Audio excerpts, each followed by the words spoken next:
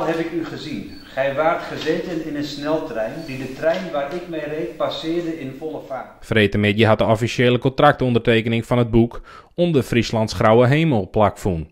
Het boek gaat over Foutgem, François Haversmiet en zijn pseudoniem Piet Paaltjens.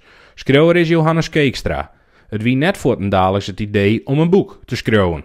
Nou, ik doe met een theaterstuk voor 2022. Ga ik op een gegeven moment besluiten. En er is Tjerke en het dorp heel enthousiast over. Dus dat gaat gewoon gebeuren.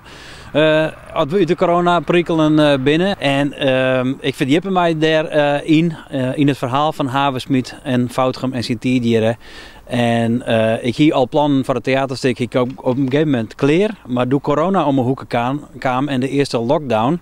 Ja, dus ik in alle tijd van een uur om mij verder te verdiepen. En ik zul op een gegeven moment zoveel bij hen waren. En ik kies zoveel te vertellen over die persoon. En wat hij schreeuwt, dat boek zou ik graag naar voren brengen. Ik denk niet ook een theaterstuk, maar dat er gewoon een boek van komen. En ja, dat ben ik bij elkaar ons schreeuwen gingen. En uitjouwer wij ermee weer enthousiast over. En zo komt het aan een boek in november. Uitjouwer wij ermee uit Dokkum oer Shinkaar om dit boek uit te gaan. Nou, er zitten in dit boek zitten een aantal dingen die mij wel aansprutsen. Ik denk ten eerste dat het in deze om jou helemaal speelt. Het is een heel mooi project trouwens, het hele project. Ja. Het is natuurlijk zelfs net alleen het boek, maar er had ik een Jippeloft voorstelling bij en er komen nog wat andere dingen bij. En dat het in deze omjouwing in Noordoost-Friesland allemaal spelen, dat is al een pre van mij. Want ik zit zelf in Dokkum als uitjouwer.